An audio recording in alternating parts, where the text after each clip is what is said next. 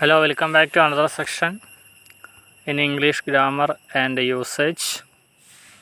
In this section, we will discuss or we will continue our last topic, subject verb, word order and sentence pattern.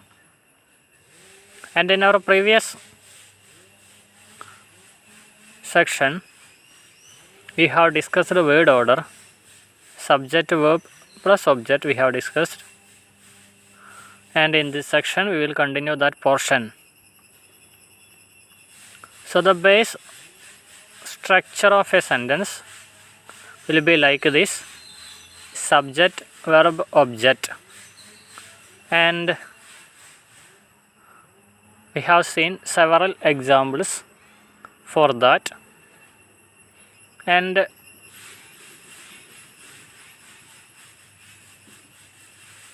in this section we will discuss how indirect object is added to a sentence, or what will be the pattern or word order when we add indirect object to that portion. The indirect object usually comes right before the direct object, except when used with preposition to. To identify an indirect object, ask to whom or what, or for whom or what the direct object is intended. So the indirect object usually comes right before the direct object. So indirect object comes before the direct object, except when, there is one exception, when it is used with preposition to. To identify an indirect object, ask to whom or what. So how we can understand an indirect object? So just ask to whom or what, for whom or what the direct object is intended. When an indirect object is added to the sentence, the word order depends on whether the direct and indirect object are nouns or pronouns, on whether the indirect object is preceded by word to. Here are some basic rules. So there are some basic rules.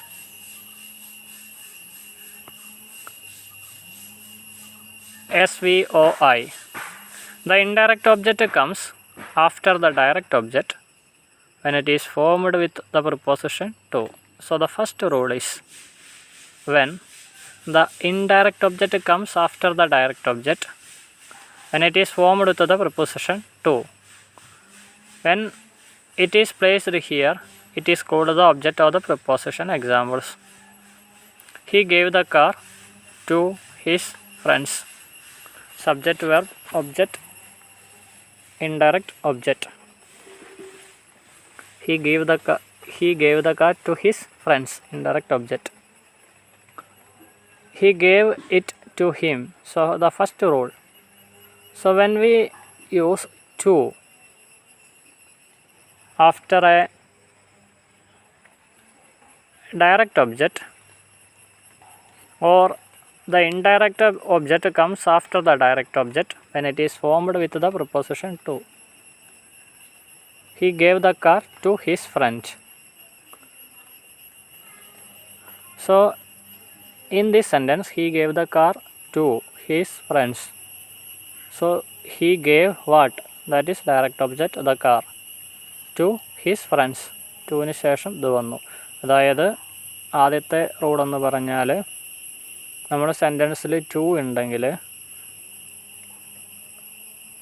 ടുവിന് ശേഷമാണ് നമ്മൾ indirect object ചേർക്കുക. അതായത് നമ്മൾ ഇവിടെ പറയണത്, നമ്മൾ കഴിഞ്ഞ ദിവസം പറഞ്ഞത് subject, verb, object, direct object, അതായത് വളരെ പ്ലെയിൻ ആയിട്ടുള്ള സെൻറ്റൻസ് പാറ്റേൺ ആണ് നമ്മൾ പറഞ്ഞത്. അതിന് ശേഷം വീണ്ടും ഒരു സെൻറ്റൻസിൽ ഇൻഡയറക്റ്റ് ഒബ്ജക്റ്റ് എപ്പോഴൊക്കെ ആഡ് ചെയ്യാം, എവിടെയാണ് വരിക, അതിൻ്റെ സ്ഥാനം എന്താണ് എന്നാണ് പറയുന്നത്.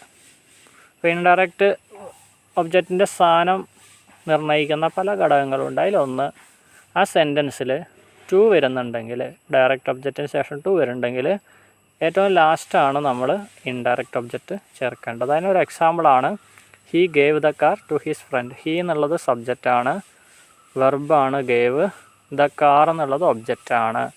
ടു ഹിസ് ഫ്രണ്ട്സ്, ടു എന്നുള്ള പ്രൊപ്പോസിഷൻ വന്നു, അതിനുശേഷം ഇൻഡയറക്റ്റ് ഒബ്ജക്റ്റ്. അപ്പോൾ ഇതിൻ്റെ ഒരു ഓർഡർ SVOIO എന്നാണ്. Subject, verb, object, indirect object. അതേപോലെ അടുത്തൊരു model he gave it to him. He gave it to him, subject, verb, indirect object, object, indirect object. To him, he gave it to him, object, indirect object. ഇനി അടുത്തൊരു example SVIO. The indirect object comes before the direct object when it is not used.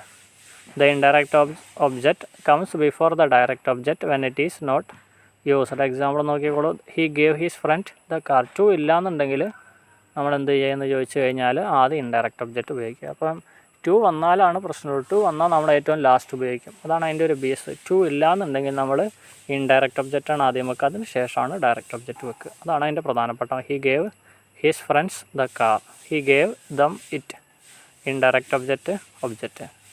അപ്പോൾ നമ്മൾ എന്ന് പറഞ്ഞത് indirect object എന്താണെന്ന് പറഞ്ഞു. അതായത് indirect object എന്ന് പറഞ്ഞാൽ നമ്മൾ ഡയറക്റ്റ് ഒബ്ജക്റ്റിനോട് എന്ത്, എങ്ങനെ, അതായത് നമ്മൾ പറഞ്ഞു ടു ഹൂം എന്ന് ചോദിച്ചാലാണ് നമുക്ക് അതിൻ്റെ അർത്ഥം കിട്ടുക. ഇനി ഇത് എവിടെയാണ് ഉപയോഗിക്കുക, ഒരു സെൻറ്റൻസിൽ ഇത് എവിടെയാണ് ഉപയോഗിക്കുക എന്നാണ് നമ്മൾ പറഞ്ഞത്. അപ്പോൾ സെൻറ്റൻസിൽ നോർമൽ രീതിയിൽ സെൻറ്റൻസിൽ ആദ്യം നമ്മൾ ടു ഉണ്ടോ എന്ന് നോക്കുക. ടു ഉണ്ടെങ്കിൽ ഏറ്റവും ലാസ്റ്റാണ് ഇൻഡയറക്റ്റ് ഒബ്ജക്റ്റ് ഉപയോഗിക്കേണ്ടത്. നേരെ മറിച്ച് പ്രൊപ്പോസിഷൻ ടു ഇല്ല എന്നുണ്ടെങ്കിൽ നമ്മൾ എന്ത് ചെയ്യാമെന്ന് ചോദിച്ചു കഴിഞ്ഞാൽ സെൻറ്റൻസിൻ്റെ നടുക്ക് ഇടയിലാണ് ഇത് ഉപയോഗിക്കുക, ഇൻഡയറക്റ്റ് ഒബ്ജക്റ്റ് ഉപയോഗിക്കുക. അപ്പോൾ ഇൻഡയറക്റ്റ് ഒബ്ജക്റ്റ് എന്താണെന്ന് പറഞ്ഞു, അത് എങ്ങനെയാണ് ഉപയോഗിക്കുക എന്നും പറഞ്ഞു.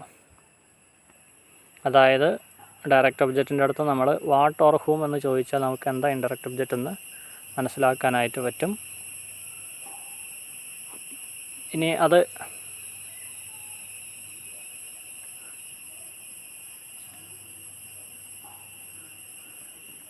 ഇനി അത് നമ്മൾ സാധാരണ രീതിയിൽ ഒരു സെൻറ്റൻസിൻ്റെ ലാസ്റ്റാണ് ഉപയോഗിക്കുക.